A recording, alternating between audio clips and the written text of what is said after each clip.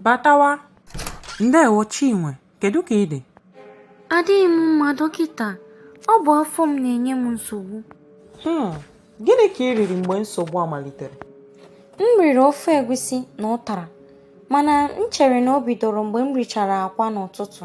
Ị nwere ihe mgbu ọzọ ka ọ na-eme gị ike ọgwụgwụ? Anya m anaghị ahụcha ụzọ nke ọma.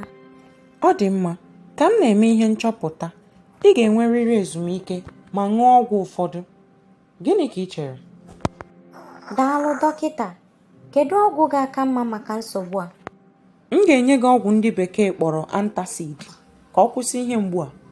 Daalụ nke ukwuu dọkịta. M ga-amalite inwe ahụike ozugbo?